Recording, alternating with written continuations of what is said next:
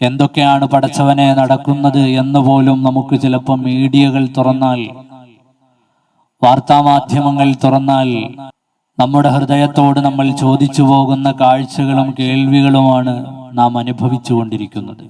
നമ്മുടെ രാജ്യത്തിന്റെ north east ഭാഗത്തെ മണിപ്പൂർ എന്ന് പറയുന്ന ചെറിയൊരു സംസ്ഥാനത്ത് കലാപം തുടങ്ങിയിട്ട് കലാപത്തിന്റെ ദൃശ്യങ്ങളും ചിത്രങ്ങളും കണ്ട് നമ്മുടെ ഒക്കെയും ഹൃദയങ്ങളിൽ വല്ലാതെ വേവലാതികൾ നിറയുന്ന ഒരു സമയമാണ്. നമ്മുടെ രാജ്യത്തിന്റെ വളരെ പ്രധാനപ്പെട്ട ഇടങ്ങളിൽ ഒന്നാണ് മണിപ്പൂർ. ആ മണിപ്പൂരിനെ നമ്മുടെ കേരളത്തിലെ ഒരു ജില്ലയുടെ വലിപ്പമോ അവിടുത്തെ ജനസംഖ്യ നമ്മുടെ കേരളത്തിൽ ഏതെങ്കിലും വലിയ ജില്ലകൾക്ക് സമാനമോ അല്ല. അതായത് വളരെ ചെറിയ ഒരു സംസ്ഥാനം, ജനസംഖ്യ 26 ലക്ഷത്തിനും 30 ലക്ഷത്തിനും ഇടയിൽ മാത്രമുള്ള ഒരിടം. ആ ഇടത്താണ് നടക്കുന്ന കലാപത്തിന്റെ ചിത്രങ്ങൾ, വേദനിപ്പിക്കുന്ന വർത്തമാനങ്ങൾ നമ്മൾ കണ്ടുവരുന്നത്. വിശാലമായി അതിന്റെ ബാക്കി ഭാഗങ്ങളിലേക്ക് ഞാൻ എൻ്റെ സംഭാഷണത്തെ കൊണ്ടുപോവുകയല്ല, മറിച്ച് നമ്മുടെ ഇടയിൽ നടന്നുകൊണ്ടിരിക്കുന്നത് എന്തൊക്കെയാണ് എന്ന് അറിഞ്ഞിരിക്കാനും മനസ്സിലാക്കാനും വേണ്ടി പറയുകയാണ്. ലോകരാജ്യങ്ങൾക്ക് മുമ്പിൽ നമ്മുടെ രാജ്യത്തിന്റെ തലകുനിഞ്ഞു നിൽക്കുന്ന ഒരു സമയമാണ്. വിവസ്ത്രയാക്കപ്പെട്ട ഒരു വനിതയുടെ ചിത്രം ലോകരാജ്യങ്ങളിലെ മാധ്യമങ്ങളൊക്കെയും റിപ്പോർട്ട് ചെയ്തു. എന്താണ് മണിപ്പൂരിൽ നടന്നുകൊണ്ടിരിക്കുന്നത്? മണിപ്പൂരിൽ 2012 വരെ അല്ലറ ചില്ലറ പ്രശ്നങ്ങൾ ഒഴിച്ചാൽ വിശാലമായ ഒരു കലാപമോ പ്രശ്നങ്ങളോ ഉണ്ടായ സ്ഥലമല്ല. 2012 ശേഷം ഉണ്ടാകുന്ന കലാപങ്ങളും പ്രശ്നങ്ങളുമൊക്കെ 2012 മുമ്പുള്ളതുപോലെയൊന്നുമല്ല. ആ സംസ്ഥാനത്തിന്റെ താഴ്വാരത്ത് താമസിക്കുന്ന മെയ്ത്തികൾ എന്ന് പറയുന്ന വിഭാഗം 90% ഹൈന്ദവ സഹോദരങ്ങളാണ്. മണിപ്പൂരിലെ മലയോര പ്രദേശങ്ങളിൽ താമസിക്കുന്ന മനുഷ്യർ ക്രൈസ്തവ സഹോദരങ്ങളാണ്. അവരെയാണ് കുക്കികൾ എന്ന് വിളിക്കുന്നത്. നിങ്ങൾ വാർത്താമാധ്യമങ്ങളിൽ വായിച്ചിട്ടുണ്ടാവും. ഈ മെയ്ത്തികൾ എന്ന് പറയുന്ന 90% വരുന്ന ഹൈന്ദവ സഹോദരങ്ങൾ താഴ്വാരത്ത് താമസിക്കുന്നു. മലകളിൽ, ആ താഴ്വാരങ്ങളുടെ മലനിരകളിൽ താമസിക്കുന്നത് ക്രൈസ്തവരായ കുക്കികൾ എന്ന് പറയുന്ന വിഭാഗമാണ്. താഴ്വാരത്ത് താമസിക്കുന്ന മനുഷ്യരെ സംബന്ധിച്ചിടത്തോളം മണിപ്പൂരിലെ നിയമസഭയിലേക്കുള്ള സീറ്റുകളിൽ 40 സീറ്റുകളും അവരുടെ ഭാഗത്താണ്. ആകെയുള്ള 60 സീറ്റുകളിലെ 40ഉം ഈ താഴ്വാരത്തുള്ള ആളുകളുടെ ഇടയിലാണ്. ബാക്കിയുള്ള 20 സീറ്റുകൾ മാത്രമാണ് ഈ മലയോര ഗ്രാമങ്ങളിലുള്ളത്. 2012 ശേഷം, അല്ലെങ്കിൽ വർഗീയമായ അജണ്ടകളോടുകൂടി ഭരിക്കാൻ ആളുകൾ വന്നതിനു ശേഷം അവർക്ക് തോന്നി, ഈ 40 സീറ്റുകളെന്നും ഞങ്ങളുടെ കൂടെ നിലനിർത്തുകയാണെങ്കിൽ എല്ലാ കൊല്ലവും മണിപ്പൂരിന്റെ ഭരണം ഞങ്ങൾക്ക് പിടിക്കാം. കാരണം 60 സീറ്റിൽ 40ഉം എപ്പോഴും ഞങ്ങളോടൊപ്പമാണെങ്കിൽ പിന്നീട് ഞങ്ങൾക്ക് തിരിഞ്ഞു നോക്കേണ്ടി വരില്ല. അതിനെന്തു വേണം? ക്രൈസ്തവരായ കുക്കികളെയും ഹൈന്ദവരായ മെയ്ത്തികളെയും തമ്മിൽ അടുപ്പിക്കണം. ക്രൈസ്തവരായ കുക്കികളെയും ഹൈന്ദവരായ മെയ്ത്തികളെയും തമ്മിൽ അടുപ്പിക്കണം. വർഗീയത പറഞ്ഞ് പരസ്പരം അവരുടെ ഹൃദയങ്ങളെ ഭിന്നിപ്പിക്കണം. അവരുടെ ഇടയിലേക്ക് പരസ്പരം വിശ്വാസങ്ങളെ നഷ്ടപ്പെടുന്ന വർത്തമാനങ്ങളെ പറഞ്ഞ് അവതരിപ്പിക്കണം. അവരുടെ ഇടയിലേക്ക് തെറ്റിദ്ധാരണകളെ പരത്തണം. അവരുടെ നടുവിലേക്ക് പ്രശ്നങ്ങളെ ഇട്ടുകൊടുക്കണം. അങ്ങനെ പരസ്പരം അകന്നു പോകുന്ന ആ മനുഷ്യരെ തമ്മിലടിപ്പിച്ച് എക്കാലവും ഞങ്ങൾ ഇവിടെ ഭരണത്തിലേറുന്ന ഒരു സാഹചര്യം സൃഷ്ടിച്ചെടുക്കണം. ഇതൊരു വലിയ കൃത്യമായ അജണ്ടകളോടെ നടപ്പാക്കിയ കലാപമാണ്. മെയ്ത്തികളായ ഹൈന്ദവരെയും കുക്കികളായ ക്രിസ്ത്യാനികളെയും തമ്മിലടിപ്പിച്ചു. മതത്തെ അതിന്റെ ഇടയിലേക്ക് ഇൻജക്ട് ചെയ്തു കൊടുത്തു. അധികാരങ്ങളുടെ താല്പര്യങ്ങൾ സംരക്ഷിക്കുന്നതിന് വേണ്ടി ആ മനുഷ്യരുടെ ഹൃദയങ്ങളെ മുറിച്ചു വെച്ചു. അവരുടെ ഹൃദയങ്ങളിലേക്ക് പരസ്പരമുള്ള വിശ്വാസത്തിന്റെ എല്ലാ വിത്തുകളെയും നഷ്ടപ്പെടുത്തി, എല്ലാ വേരുകളെയും നഷ്ടപ്പെടുത്തി. കണ്ടാൽ പേടിയാകുന്നവരായി, പരസ്പരം വിശ്വാസം നഷ്ടപ്പെട്ടവരായി അവരെ മാറ്റിവെച്ചു. അപ്പോഴെന്ത് സംഭവിച്ചു? ഇന്ത്യ രാജ്യത്തിന്റെ നോർത്ത് ഈസ്റ്റിൽ നിന്ന് ലോകം മുഴുവനും ഇന്ന് കാത്തിരിക്കുന്ന, കണ്ണീരോടെ കണ്ടിരിക്കുന്ന വർത്തമാനങ്ങൾ വന്നു. അവിടെ താമസിച്ചുകൊണ്ടിരിക്കുന്ന മനുഷ്യരുടെ ഹൃദയത്തിലേക്ക് വർഗീയതയെ പകുത്തുവെച്ചു കൊടുത്തപ്പോ ആ മനുഷ്യർ തമ്മിലുള്ള എല്ലാ ചേർച്ചകളും നഷ്ടമായി. അവരിൽ തന്നെയുള്ളവർ പറയാൻ തുടങ്ങി, ഞങ്ങൾക്ക് അവരോടൊപ്പം താമസിക്കാൻ സാധ്യമല്ല, ഞങ്ങൾക്ക് ഇവരോടൊപ്പം താമസിക്കാൻ സാധ്യമല്ല, ഞങ്ങൾക്ക് കുക്കികളോടൊപ്പം താമസിക്കാൻ സാധ്യമല്ല, ഞങ്ങൾക്ക് മെയ്ത്തികളോടൊപ്പം താമസിക്കാൻ സാധ്യമല്ല. കാരണം ഞങ്ങൾ പരസ്പരം ഇന്ന് വിശ്വാസത്തിലെടുക്കുന്നില്ല. ഞങ്ങൾക്ക് അവരെ പേടിയാണ്, അവരെ ഞങ്ങൾക്കും പേടിയാണ്. സമാനമായ സാഹചര്യങ്ങൾ നമ്മുടെ നാടുകളിലും സൃഷ്ടിക്കപ്പെടുമ്പോഴാണ് നാം ഓരോരുത്തരും ഇത്തരം വിഷയങ്ങളെ അറിഞ്ഞിരിക്കേണ്ടത്. നമ്മുടെ നാടുകളും ഇത്തരം അവസ്ഥകളിലേക്ക് എത്താൻ പോകുന്നു. അവിടെയാണ് മഹാന്മാരുടെ ചിന്തകളും ഓർമ്മകളും പ്രസക്തമാകുന്നത്. പതിയാങ്കര ഉസ്താദ് അവറുകളുടെ ഖബറിന്റെ അരികിലേക്ക് വന്നിട്ട് ഈ നാട്ടിലെ എത്രയോ അന്യമതസ്ഥരായ ആളുകൾ അവരുടെ ഹൃദയങ്ങളുടെ ആവലാതികളെ പങ്കുവെക്കാറില്ലേ? അവരുടെ വിഷമങ്ങളെ പറയാറില്ലേ? അവര് ജീവിച്ചിരുന്ന കാലത്ത് ഇവിടെ എല്ലാ മതവിഭാഗങ്ങൾക്കും ശാന്തി പകർന്നിട്ടില്ലേ? എല്ലാ മനുഷ്യരെയും അവര് ചേർത്ത് പിടിച്ചിട്ടില്ലേ? തനതായ ഇസ്ലാമിന്റെ മനോഹരമായ ജീവിത ചിത്രങ്ങളെ അവരിവിടെ അവതരിപ്പിച്ചു കാണിച്ചു തന്നിട്ടില്ലേ? ആലോചിച്ചു നോക്കൂ. നമ്മൾ സംസാരിച്ചു കൊണ്ടിരിക്കുമ്പോ രാജ്യത്തിന്റെ ഒരു ഭാഗത്ത് 65,000 മനുഷ്യർ അവരുടെ നാടും വീടും വിട്ടകർന്ന് പലായനം ചെയ്തു കഴിഞ്ഞു. 300ഓളം ക്രൈസ്തവ ദേവാലയങ്ങൾ വീണുപോയി കഴിഞ്ഞു. ആയിരക്കണക്കിന് വരുന്ന മനുഷ്യർ കൊല്ലപ്പെട്ടു എന്നോ ആയിരക്കണക്കാകുന്ന മനുഷ്യർക്ക് പരിക്കേറ്റു എന്നോ ഉള്ള വർത്തമാനങ്ങൾ നമ്മൾ വായിച്ചുകൊണ്ടിരിക്കുന്നു. ഇങ്ങനെയുള്ള അസ്വാരസ്യങ്ങളുടെ നടുവിലാണ് മഹാന്മാരായ നമ്മുടെ മുൻഗാമികളുടെ ചിന്തകൾക്കെല്ലാം പ്രസക്തിയേറുന്നത്. ഇങ്ങനെയുള്ള ചിന്തകളുടെ നടുവിൽ പരസ്പരം മനുഷ്യരെ തമ്മിലടിപ്പിച്ച് വർഗീയത പറഞ്ഞ് അവരെ കൊണ്ട് മുതലെടുപ്പുകൾ നടത്തുന്നവർക്കിടയിലാണ് എല്ലാ മനുഷ്യരെയും ചേർത്ത് വെക്കുന്ന, എല്ലാ മനുഷ്യരെയും ചേർത്ത് പിടിക്കുന്ന, എല്ലാവരോടും കരുണ വർത്തിക്കുന്ന ലോക നേതാവ് മുഹമ്മദുർ റസൂലുള്ളാഹി സ്വല്ലല്ലാഹു അലൈഹി വസല്ലമ തങ്ങളുടെ ജീവിത മാതൃകകളെ ജീവിതമായി സ്വീകരിച്ചവരുടെ മനോഹരമായ അധ്യാപനങ്ങൾ നമ്മൾക്ക് പാഠമാകുന്നത്. ഒരു വെല്ലുവിളി മാത്രമല്ല, ഇതൊരു മണിപ്പൂരിന്റെ പ്രശ്നം മാത്രമല്ല.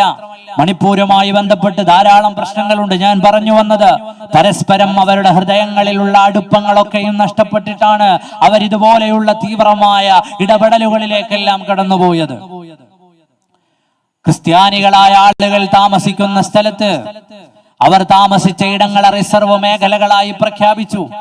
ഹൈന്ദവ സഹോദരങ്ങളായ വൈഷ്ണവ വിഭാഗത്തിൽപ്പെട്ട മണിപ്പൂരിലെ മെയ്തി വിഭാഗത്തിന് താഴ്ന്ന ജാതിക്കാർക്കുള്ള പദവികൾ നൽകിയിട്ട് അവരോട് മറ്റുള്ളവരോട് മത്സരിക്കാൻ അവരെ പ്രാപ്തമാക്കുകയായിരുന്നു.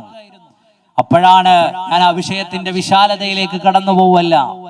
ഞങ്ങൾക്കുള്ള അവകാശങ്ങൾ കൂടി മറ്റുള്ളവർ തട്ടിയെടുക്കുമോ എന്ന ഭയം പരസ്പരം അവരുടെ ഇടയിൽ ഉണ്ടായിരുന്ന എല്ലാ സ്വരച്ചേർച്ചകളെയും നഷ്ടപ്പെടുത്തി കളഞ്ഞു.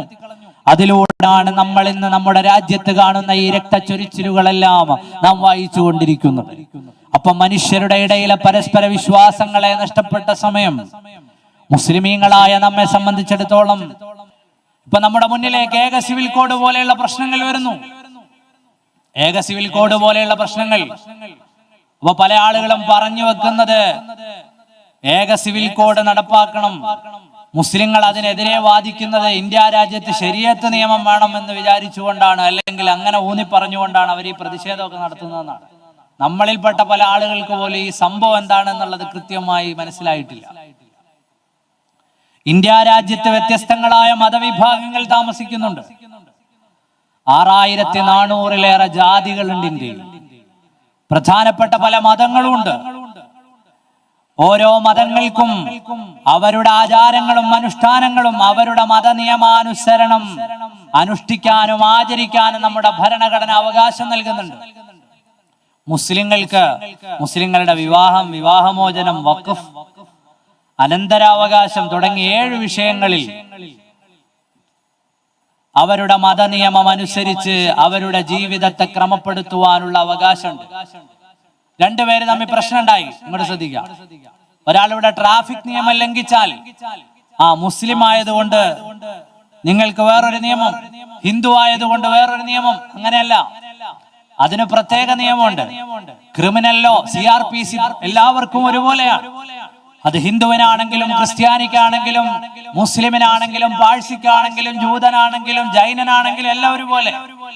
എന്നാൽ അവരവരുടെ മതനിയമങ്ങൾക്കുള്ളിൽ നിൽക്കുന്ന ചില കാര്യങ്ങൾ, ഉദാഹരണം വിവാഹം മതത്തിന്റെ ഉള്ളിലുള്ളതാണ്. വധുവും വരനും വരന്റെ വാപ്പ വധുവിന്റെ വാപ്പ സാക്ഷികൾ ഇവരെല്ലാവരും ഒരുമിച്ചുകൂടി. നമ്മളെല്ലാവരും എപ്പോഴും വിവാഹ സദസ്സുകളിലൊക്കെ കേൾക്കുന്ന ചില വചനങ്ങളുണ്ട്. വധുവിന്റെ പിതാവ് വരന്റെ കൈകളിലേക്ക് തന്റെ മകളെ ഉത്തരവാദിത്തത്തോടുകൂടി പിടിച്ചേൽപ്പിച്ച് അതിന് ആളുകൾ സാക്ഷിയാകുന്ന മനോഹരമായ ഒരു ചടങ്ങ്. നമ്മുടെ പള്ളിയിൽ നിന്നൊരു ലെറ്റർ കൊടുത്താൽ ഇന്നത് എവിടെയും നമ്മുടെ കോടതികളിൽ മറ്റെവിടെങ്കിലുമൊക്കെ ആ ലെറ്ററുകൾ കൊണ്ടുപോയാൽ അത് നിയമസാധുത ഉള്ളതാണ്. അതിന് നിയമസാധുതയുണ്ട്. കാരണം നമ്മുടെ പള്ളിയിൽ നമ്മുടെ ചിട്ടകൾക്കനുസരിച്ച് ഇസ്ലാമിക് ലോ അനുസരിച്ച് നടന്നതാണ് അത്. ആ ചടങ്ങിന് നമ്മുടെ നാട്ടിലെ കോടതികളിൽ നിലനിൽപ്പുണ്ട്. അതുപോലെ തന്നെയാണ് അനന്തരാവകാശം പറയുന്ന സമയത്ത് എന്റെ കുട്ടിക്ക് എന്റെ സ്വത്തിൽ എത്രയാണ് കൊടുക്കേണ്ടത്, ഇസ്ലാമിക നിയമം അനുസരിച്ച് ചിന്തിക്കാനും ചെയ്യാനും ക്രയവിക്രയം ചെയ്യാനും അവകാശമുണ്ട്. പരിശുദ്ധമായ ഇസ്ലാമിന്റെ നിയമങ്ങൾ നമ്മൾ അറിയണം. മനോഹരമായ നിയമങ്ങളാണ് ഇസ്ലാം പറഞ്ഞു വെച്ചത്. ഇങ്ങനെ 7 കാര്യങ്ങൾ, വിവാഹം, വിവാഹമോചനം, വഖഫ് തുടങ്ങിയ വിഷയങ്ങളിലൊക്കെയും മുസ്ലിങ്ങൾക്ക് മുസ്ലിം ലോ അനുസരിച്ച്, പേഴ്സണൽ ലോ അനുസരിച്ച് അവരുടെ കാര്യങ്ങളെ ചിട്ടപ്പെടുത്താൻ അവകാശമുണ്ട്. ഇതുപോലെ തന്നെ ഹിന്ദുക്കൾക്ക് ഹിന്ദു കോഡുണ്ട്, ക്രിസ്ത്യാനികൾക്ക് ക്രിസ്ത്യൻ കോഡുണ്ട്. വ്യത്യസ്തങ്ങളായ മതവിഭാഗങ്ങൾക്ക് വ്യത്യസ്തങ്ങളായ കോഡുകൾ നമ്മുടെ രാജ്യത്ത് നിലനിൽക്കുന്നുണ്ട്. അതൊക്കെ മാറ്റിയിട്ട് എല്ലാവർക്കും ഒരൊറ്റ നിയമം കൊണ്ടുവരിക, ശരിക്കും പറഞ്ഞാൽ ഇന്ത്യ രാജ്യത്ത് ഒരിക്കലും സാധ്യമല്ലാത്ത ഒരു ചിന്ത. അതിലൂടെ ലക്ഷ്യം വെക്കുന്നത് ശരിക്കും ഇസ്ലാമിക നിയമങ്ങളെ പൊളിച്ചു കളയാൻ തന്നെ. ഇന്നുവരെയും ഇസ്ലാമിക് ലോ അനുസരിച്ച് ജീവിച്ച, അല്ലെങ്കിൽ പേഴ്സണൽ ലോ മുസ്ലിം കോഡ് അനുസരിച്ച് ജീവിച്ച, ഹിന്ദു കോഡ് അനുസരിച്ച് ജീവിച്ച, ക്രിസ്ത്യൻ കോഡ് അനുസരിച്ച് ജീവിച്ച വിശ്വാസികളെ കൊണ്ട് ഈ രാജ്യത്ത് ഒരാൾക്കും ഒരു പ്രശ്നവും ഉണ്ടായിട്ടില്ല. ഹിന്ദുക്കൾ അവരവരുടെ കോഡ് അനുസരിച്ച് ജീവിക്കുന്നത് കൊണ്ട് മുസ്ലിങ്ങളായ നമുക്ക് എന്തെങ്കിലും പ്രശ്നം ഉണ്ടായിട്ടുണ്ടോ? നമുക്കൊരു പ്രശ്നവുമില്ല. നമ്മൾ നമ്മുടെ കോഡ് അനുസരിച്ച് ജീവിക്കുന്നത് കൊണ്ട് അവർക്ക് എന്തെങ്കിലും പ്രശ്നമുണ്ടോ? ഇല്ല. ക്രൈസ്തവരായ ആളുകൾ അവരുടെ കോഡ് അനുസരിച്ച് ജീവിക്കുന്നത് കൊണ്ട് മറ്റു മതവിഭാഗങ്ങൾക്ക് വല്ല പ്രശ്നമുണ്ടോ? ഒരു പ്രശ്നവും ഇല്ല. അപ്പോഴോ നമ്മുടെ രാജ്യത്ത് നിലനിൽക്കുന്ന യൂണിറ്റി ഇൻ ഡൈവേഴ്സിറ്റിയെ തകർത്തു കളഞ്ഞിട്ട് അതിന്റെ മറവിലൂടെ ഇസ്ലാമിക നിയമങ്ങളെ കൈകാര്യം ചെയ്യാമെന്ന ചില ആളുകളുടെ ദിവാസ്വപ്നമാണ് ഏക സിവിൽ കോഡിലൂടെ നമ്മൾ കണ്ടുകൊണ്ടിരിക്കുന്നത്, അല്ലെങ്കിൽ അതിന്റെ ചർച്ചകളിലൂടെ പുറത്തു വരുന്നത്. നമ്മൾ ഓരോരുത്തരും അറിയേണ്ട ഒരുപാട് കാര്യങ്ങളുണ്ട്. ഇസ്ലാമിന്റെ അനന്തരാവകാശം എല്ലാ സമയത്തും ചർച്ച ചെയ്യുന്ന, പലപ്പോഴും പല ആളുകളും പറയാറുണ്ട്, ഇസ്ലാമിന്റെ അനന്തരാവകാശ നിയമങ്ങൾ ഇസ്ലാമിൽ മുസ്ലിമീങ്ങൾക്ക് തന്നെ എത്ര ആളുകൾക്കാണ് അറിയാവുന്നത്? മുസ്ലിമീങ്ങളുടെ അനന്തരാവകാശ നിയമം, വാപ്പ മരിച്ചാൽ മക്കൾക്ക് എത്ര സ്വത്ത് കൊടുക്കണമെന്ന നിയമം, Islamic inheritance law, law of inheritance എത്ര ആളുകൾക്കാണ് അറിയാവുന്നത്? അവിടെയാണ് പരിശുദ്ധമായ ഇസ്ലാമിനെ പഠിക്കണമെന്ന് പറയുന്നത്. നമ്മൾ മുസ്ലിമാന്ന് പറയാം, നമ്മൾ ആകെ പണി എന്താ? മുസ്ലിമാന്ന് പറയട്ടെ, എവിടെങ്കിലും എന്തെങ്കിലും സംഭവം വാട്സപ്പിൽ അയക്കുക, ഖുലു തക്ബീർ അല്ലാഹു അക്ബർ, കഴിഞ്ഞു. നമുക്ക് പരിശുദ്ധമായ ദീനിനെ പഠിക്കാൻ, പുതിയ പുതിയ വിഷയങ്ങളെ മനസ്സിലാക്കാൻ താല്പര്യമില്ല, അല്ലെങ്കിൽ നമ്മൾ അതിനെക്കുറിച്ച് ആലോചിക്കുന്നില്ല. അല്ലാഹു സുബ്ഹാനഹു വ തആലയുടെ പരിശുദ്ധമായ മതം, യൂസികുമുല്ലാഹു ഫീ ഔലാദികും ലിദ്ദകരി മിസ്ലു ഹല്ലിൽ ഉൻസയൈൻ. പരിശുദ്ധമായ ഇസ്ലാമിന്റെ നിയമങ്ങളെ ചോദ്യം ചെയ്യുന്ന ആളുകളുടെ കാലത്ത് അള്ളാഹുവിന്റെ മതത്തിന്റെ ദൃഢതയെ മനസ്സിലാക്കേണ്ടവരാണ് നമ്മൾ. ഹബീബായ നബി തങ്ങളുടെ ജീവിതക്രമങ്ങളെ പഠിക്കേണ്ടവരാണ് നമ്മൾ. നമ്മുടെ മുൻഗാമികളുടെ ജീവിത മാർഗങ്ങളെ പകർത്തേണ്ടവരാണ് നമ്മൾ. പരിശുദ്ധ ഇസ്ലാം ഒരാൾക്കും അതിൽ കൈകടത്താൻ അവകാശമുള്ള മതമല്ല. ഒരാൾക്കും നിയമങ്ങളെ മാറ്റിമറിക്കാൻ അവകാശമുള്ള മതമല്ല. അല്ലാഹു സുബ്ഹാനഹു വ തആല, അല്ലാഹു സുബ്ഹാനഹു വ തആല പരിശുദ്ധമായ ഖുർആനിലൂടെ ലോകത്ത് ജനങ്ങൾക്കുള്ള അവകാശങ്ങളെ മനോഹരമായി അവതരിപ്പിച്ചു പഠിപ്പിച്ചു കാണിച്ചു തരുകയാണ്. മരിച്ചുപോയ ആളുകളുടെ സ്വത്തിൽ ആൺമക്കൾക്കും പെൺമക്കൾക്കും അവകാശമുണ്ടെന്ന് പഠിപ്പിക്കുകയാണ് പരിശുദ്ധ ഇസ്ലാം. ആൺമക്കൾക്ക് അവകാശമുണ്ട്, പെൺമക്കൾക്ക് അവകാശമുണ്ട്. വീതിക്കുന്ന സ്ഥലത്ത് 1-2 സാങ്കേതികമായ വിഷയങ്ങൾ അറിയേണ്ടതുണ്ട്. ഞാൻ വിശാലമായ ആ വിഷയത്തിലൂടെ കടന്നു പോകുന്നില്ല. അല്ലാഹുവിന്റെ റസൂൽ സല്ലല്ലാഹു അലൈഹി വസല്ലം ഇസ്ലാമിൽ പെണ്ണിനും ആണിനും അനന്തരാവകാശമുണ്ട് എന്ന് പറഞ്ഞ് കാലങ്ങൾ കഴിഞ്ഞിട്ടാണ് യൂറോപ്പിൽ 1850കളിലാണ് പെണ്ണിന് അവരുടെ മാതാപിതാക്കളുടെ സ്വത്തിലോ ഭർത്താവിന്റെ സ്വത്തിലോ അവകാശം ഉണ്ടായി. നമ്മുടെ രാജ്യത്ത് തന്നെ എത്രയോ കാലം കഴിഞ്ഞിട്ടാണ് വ്യത്യസ്തങ്ങളായ മതവിഭാഗങ്ങളിലെ സ്ത്രീകൾക്ക് അവരുടെ ബന്ധുമിത്രാദികളുടെ സ്വത്തിൽ അവകാശം ഉണ്ടായിരുന്നു. എന്നാൽ പരിശുദ്ധ ഇസ്ലാം ഹബീബ് മുഹമ്മദ് റസൂലുള്ളാഹി സ്വല്ലല്ലാഹു അലൈഹി വസല്ലമ തങ്ങൾ അവകാശങ്ങളെ കൃത്യമായി പഠിപ്പിച്ചു. ആണിനുള്ള ഓഹരി പെണ്ണിനേക്കാൾ ഒരല്പം കൂടുതലാണ്. എന്തുകൊണ്ട്? ചെലവഴിക്കാൻ ഉത്തരവാദിത്തമുള്ളതാണിനാണ്. ചെലവഴിക്കാൻ ഉത്തരവാദിത്തമുള്ളതാണിനാണ്. വാപ്പ മരിച്ചുപോയി. മകനും മകൾക്കും സ്വത്ത് ഭാഗിക്കുമ്പോ തുല്യമായിട്ടല്ല. ഉമ്മ ജീവിച്ചിരിപ്പുണ്ട്, ഉമ്മാന്റെ ഉത്തരവാദിത്തം ഉള്ളത് മകനാണ്. ചെലവഴിക്കേണ്ട ഉത്തരവാദിത്തം, സഹോദരിയുടെ വിവാഹം നടത്തേണ്ടത് മകനാണ്. അവർക്ക് വേണ്ടതെല്ലാം ഒരുക്കി കൊടുക്കേണ്ടത്, ചെലവ് നടത്തേണ്ടത്, വിവാഹം കഴിച്ചാൽ ഭാര്യയുടെ ചെലവ് വഹിക്കേണ്ടത്, ഇതെല്ലാം പുരുഷനാണ് ഉത്തരവാദിത്തമുള്ളത്. അതുകൊണ്ട് യൂസികുമുല്ലാഹു ഫീ ഔലാദിക്കും ലിദ്ദഖരി മിസ്ലു ഹദ്ദിൽ ഉൻസയൈൻ, ഉത്തരവാദിത്തവും ചെലവും ഏൽപ്പിക്കപ്പെട്ടയാളിനൊരു ഓഹരി കൂടുതൽ. ഉത്തരവാദിത്തവും ചെലവും ഏൽപ്പിക്കപ്പെട്ട ആളിനൊരു ഓഹരി കൂടുതൽ. അങ്ങനെയല്ലേ? അതാണ് നീതി, അതാണ് ന്യായം, അതാണ് യുക്തി, അതാണ് ബുദ്ധി, പരിശുദ്ധമായ ഇസ്ലാം. എന്നാൽ ഇന്ന് നമ്മുടെ നാടുകളിൽ പോലും പാപ്പ മരിച്ചാൽ സമ്പത്ത് വീതിക്കുന്ന സമയത്ത് ഉത്തരവാദിത്ത പരിശുദ്ധമായ ദീൻ നമ്മെ ഏൽപ്പിച്ച ഉത്തരവാദിത്തങ്ങൾ പലപ്പോഴും നമ്മൾ മറന്നു പോകാറുണ്ട്. വാപ്പ മരിച്ചുപോയി, വാപ്പയ്ക്ക് ഹജ്ജ് ചെയ്യാനുള്ള ആസ്തി ഉണ്ടായിരുന്നു. വാപ്പയ്ക്ക് വേണ്ടി ഹജ്ജ് ചെയ്യാനുള്ള വകുപ്പുണ്ടാക്കണം മക്കള്. വർഷങ്ങളോളം വാപ്പ രോഗിയായി കിടന്നിട്ട് മരിച്ചുപോയി. വർഷങ്ങളോളം പരിശുദ്ധമായ റമളാനിലെ നോമ്പെടുത്തിട്ടില്ല. വാപ്പന്റെ സ്വത്ത് കൈകാര്യം ചെയ്യുമ്പോ ആ നോമ്പിന്റെ പ്രായച്ചിത്തത്തെ കണക്കാക്കി കൊടുക്കാൻ മക്കൾ തയ്യാറാകണം. അതിനുശേഷം വാപ്പയുടെ സ്വത്തിനെ ഭാഗിക്കണം. അല്ലാഹു സുബ്ഹാനഹു വ തആല അറിയാനും പഠിക്കാനും ഒക്കെ നമുക്ക് തൗഫീഖ് നൽകുമാറാകട്ടെ. നമ്മൾ നമ്മുടെ മക്കളെ പരിശുദ്ധ ദീനിന്റെ ചിട്ടകളെ പഠിപ്പിക്കുക. ദീൻ നമ്മിൽ നിന്ന് നഷ്ടമായാൽ ലാ തഹ്സൻ ഇന്നല്ലാഹ മഅനാ, അല്ലാഹു കൂടെ ഉണ്ടാകും. ആ കൂടെയുള്ള കാലത്ത് നമ്മൾ ഒരിക്കലും പേടിക്കേണ്ടി വരില്ല.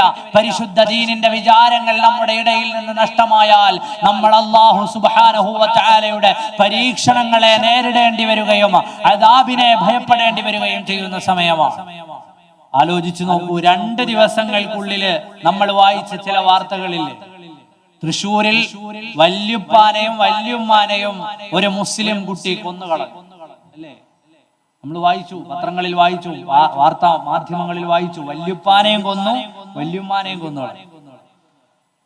കൊട്ടാരക്കരയിൽ ഒരു ഉമ്മയെ മകൻ കുത്തിക്കൊന്നു. നമ്മുടെ മക്കളുടെ ഇടയിലേക്ക് ഡ്രഗ്സ് വ്യാപകമായി കൊണ്ടിരിക്കുന്ന ഒരു സമയമാണ്. പരിശുദ്ധ ഇസ്ലാമിന്റെ ചിട്ടകളെ പതിയാങ്കര ഉസ്താദ് നമ്മുടെ ഇടയിൽ ജീവിച്ച മഹോന്നതരായ ആലിമായ നമ്മുടെ മുന്നേ നടന്നുപോയ മാതൃകാ പുരുഷനാണ്. അള്ളാഹു അടുത്ത ദറജ വർദ്ധിപ്പിച്ച് സ്വർഗീയ പദവികൾ ഏറ്റി നൽകുമാറാകട്ടെ. എന്തുകൊണ്ട് ഉസ്താദിനെ നമ്മുടെ മക്കൾക്ക് പഠിപ്പിക്കണം? ആലോചിച്ചു നോക്കൂ, ഏതൊരു കാലമാണ് കുട്ടിയെ കൊണ്ടുവന്നു. ഉമ്മയുണ്ട്, വാപ്പയുണ്ട്. വാപ്പ എപ്പോഴും പള്ളി വരുന്ന ആളാണ്, ഉമ്മ ഖുർആൻ ക്ലാസ്സിനൊക്കെ വരുന്ന ആളാണ്. അപ്പൊ ചോദിച്ചു, വാപ്പയും ഉമ്മയും നല്ല ആളുകളാണല്ലോ, നീ എന്തിനാണ് ഇതൊക്കെ ഉപയോഗിക്കുന്നത് ചോദിച്ചപ്പോ ആ കുട്ടി പറഞ്ഞ മറുപടി, ഉസ്താദെ ഇതങ്ങോട്ട് വായിട്ടാൽ പടച്ചനെ അല്ലാതെ പിന്നെ ഒന്നും കാണാൻ പറ്റൂല. എന്തിനാണ് ലഹരി ഉപയോഗിക്കുന്നത് വെച്ചാൽ പറഞ്ഞ ഇത് വായിൽ വെച്ചാല് പടച്ചവനെ അല്ലാതെ, ഇതൊക്കെ വായി വെച്ചിട്ട് അങ്ങോട്ട് നിസ്കരിക്കാൻ നിൽക്കണം, അള്ളാനെ അല്ലാതെ പിന്നെ ഒരാളെയും കാണാൻ പറ്റൂല. അത്രയും നല്ല സന്തോഷമാണ്. നമ്മുടെ ഇടയിൽ 7ാം ക്ലാസ് മുതൽ 6ാം ക്ലാസ് മുതൽ ആൺകുട്ടികളും പെൺകുട്ടികളും, പ്രിയപ്പെട്ട മാതാപിതാക്കളെ, നിങ്ങളുടെ അല്ലാഹു നമ്മുടെ മക്കളെ നന്നാക്കി തരുമാറാകട്ടെ. ആ മക്കൾക്ക് പരിശുദ്ധമായ ഇസ്ലാമിന്റെ പാഠങ്ങളെ പഠിപ്പിച്ചു കൊടുക്കണം. നമ്മൾ നേരത്തെ തന്നെ അവരുടെ മദ്രസയൊക്കെ നിർത്തും. 3ാം ക്ലാസ് 4ാം ക്ലാസ് ആകുമ്പോ ഒക്കെ കഴിഞ്ഞു, ഇനിയിപ്പോ മദ്രസയിൽ പോയേ വേണ്ട. കാര്യങ്ങളിൽ ഒരു ചിന്തയും ഒരു ചിട്ടയും നമ്മൾ ആരും ചിന്തിക്കാറില്ല. ഇവൻ എങ്ങോട്ടാണ് പോകുന്നത്? എത്രയോ കുടുംബങ്ങൾ കണ്ണീരിലാണ്. അല്ലാഹു സുബ്ഹാനഹു വ തആല നമ്മുടെ വീടുകളെയും കുടുംബങ്ങളെയും ഒക്കെ കാത്തുരക്ഷിക്കുമാറാകട്ടെ. ആൺകുട്ടികളും പെൺകുട്ടികളും ഇത്തരം ചതിക്കുഴികളിൽ വീണുപോയ കാലമാണ്. അല്ലാഹു നമ്മുടെ മക്കളെ ഒക്കെയും കാത്തുരക്ഷിക്കുമാറാകട്ടെ. ഞാൻ പറഞ്ഞു വന്നത്, നമ്മുടെ മക്കൾക്ക് നമ്മുടെ മുൻഗാമികളെ കുറിച്ചുള്ള ചിന്തകളും വിചാരങ്ങളും ഉണ്ടാക്കി കൊടുക്കണം. അതോടൊപ്പം ഈമാനികമായി മുന്നേറിയാലല്ലാതെ ഒരു ഈമാനില്ലാതെ ഒരു പ്രതിസന്ധിയെയും നമുക്ക് തരണം ചെയ്യാൻ പറ്റില്ല.